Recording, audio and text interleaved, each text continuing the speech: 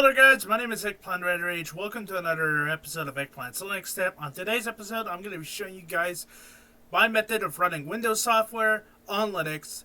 So stick around, this is going to be an interesting one.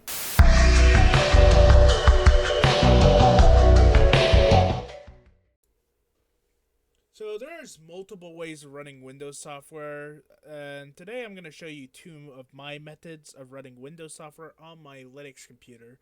The first one I'm going to show you guys is Wine. Now, Wine doesn't need very much of an introduction. I'm pretty sure everybody on Linux who is a Linux user knows what Wine is, but my show is about people learning about Linux and demonstrating about what Linux could do, and mine is an educational series. So, of course, if you're a Linux user, Wine doesn't need an introduction, but I'm going to say it anyways to the people who don't know at home. Wine Wine is not an emulator. Simple as that. Wine is not an emulator. Wine is a compatibility layer that translates Windows software into POSIX.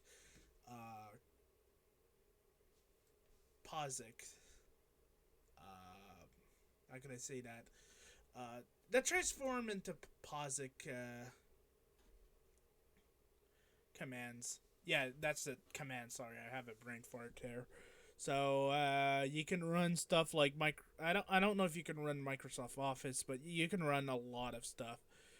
Basically, I have like 99.99% of my software, like around 95 to 97, I would say, percent of software works on Wine, and and I also have been able to play like Windows 3.1 software on here. So yeah, your old ski free and everything will run perfectly fine on this. It's a great software. They also have like a little right here. This is the page I want to show you. They also have like a bunch of software tiers that, like the gold list, which is those are the one that runs perfectly fine. The silver, not so much, and the platinum, which runs flawlessly. They have minor issues, and you get the idea.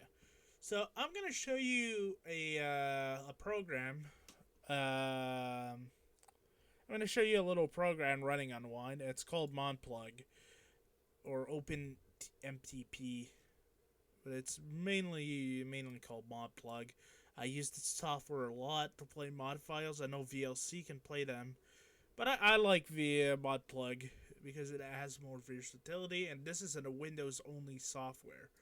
And this is an old software, so I'm going to show you right here. I have it downloaded right here. Let me just move that.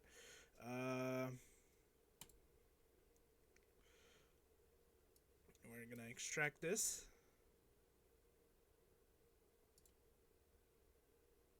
We're going to extract this.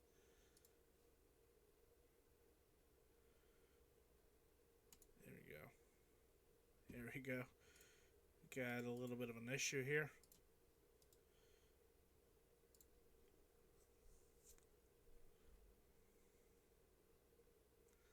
So as you can see, you have a Windows software running on Windows. On Linux. We have a Windows software running on Linux.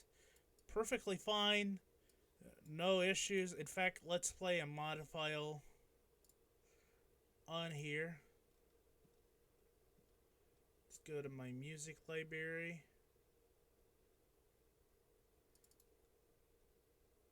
I have a extensive collection of mod files. Let's play Project X.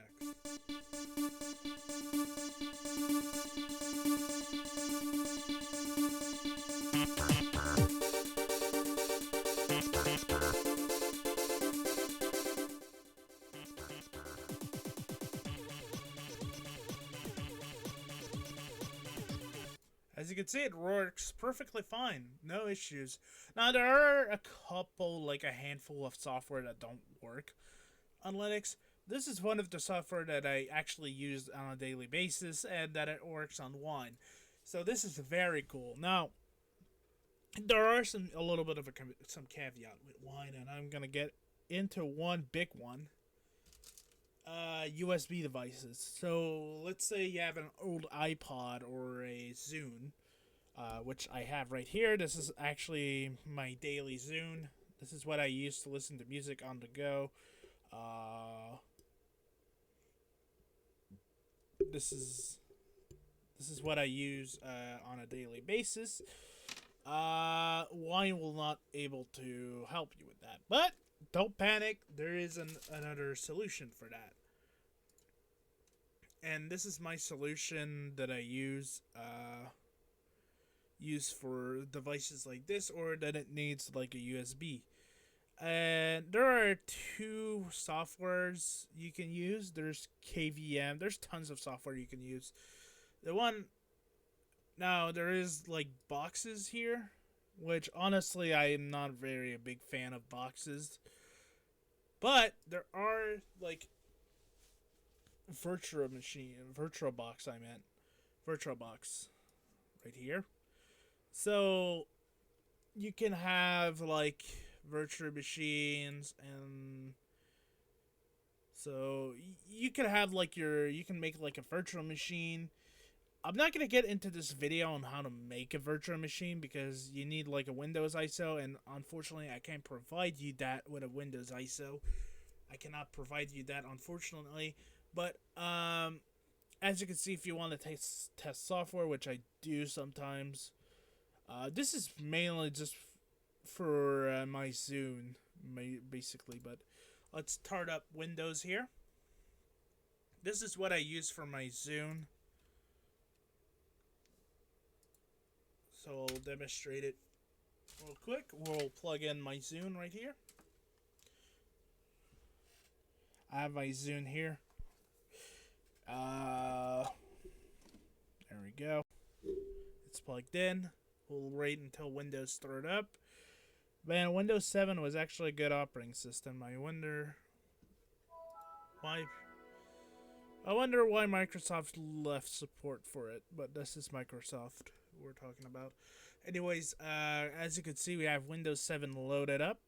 We can click on the Zune software right here. And as you can see, you can't probably, as you can probably not see, let me put my ugly mug right here. We can, now this took me a few, this was a little bit tricky to set up, but it wasn't that hard. But as you can see, my Zune is gonna be detected. Yes, it is.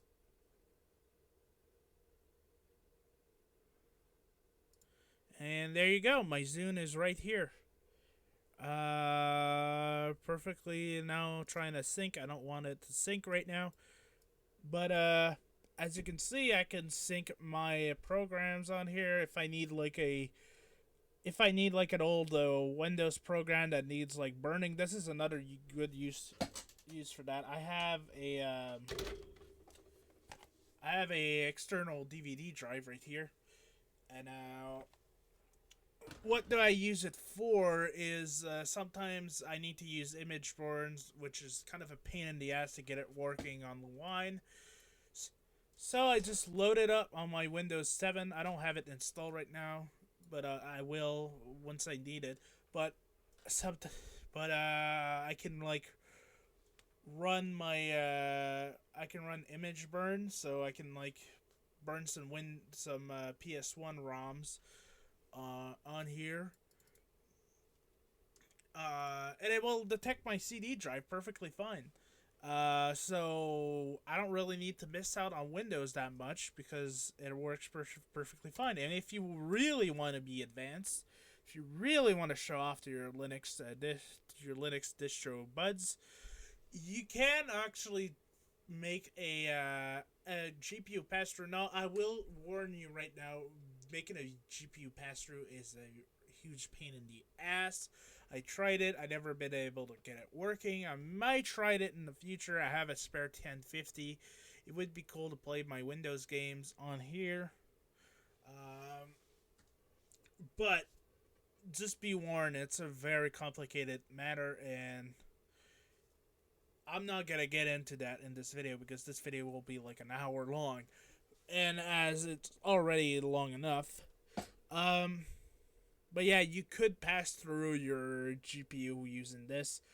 Honestly, you don't have to use VirtualBox. It's just the one I use the most because this is the oldest software I used for I've used VirtualBox for a while, like a very long time. Uh, you could I don't know if you could do like old gaming on here. I do know there's a project called Soft GPU or whatever it's called to get this working, but I'm not gonna get into this video. This video is already long enough. But this is my solution of running Windows software on Linux. This is my two solution. So this concludes our video uh, about running Windows software on Linux. I hope you enjoyed this video. Please like and subscribe, and I'll see you guys in the next one. Peace.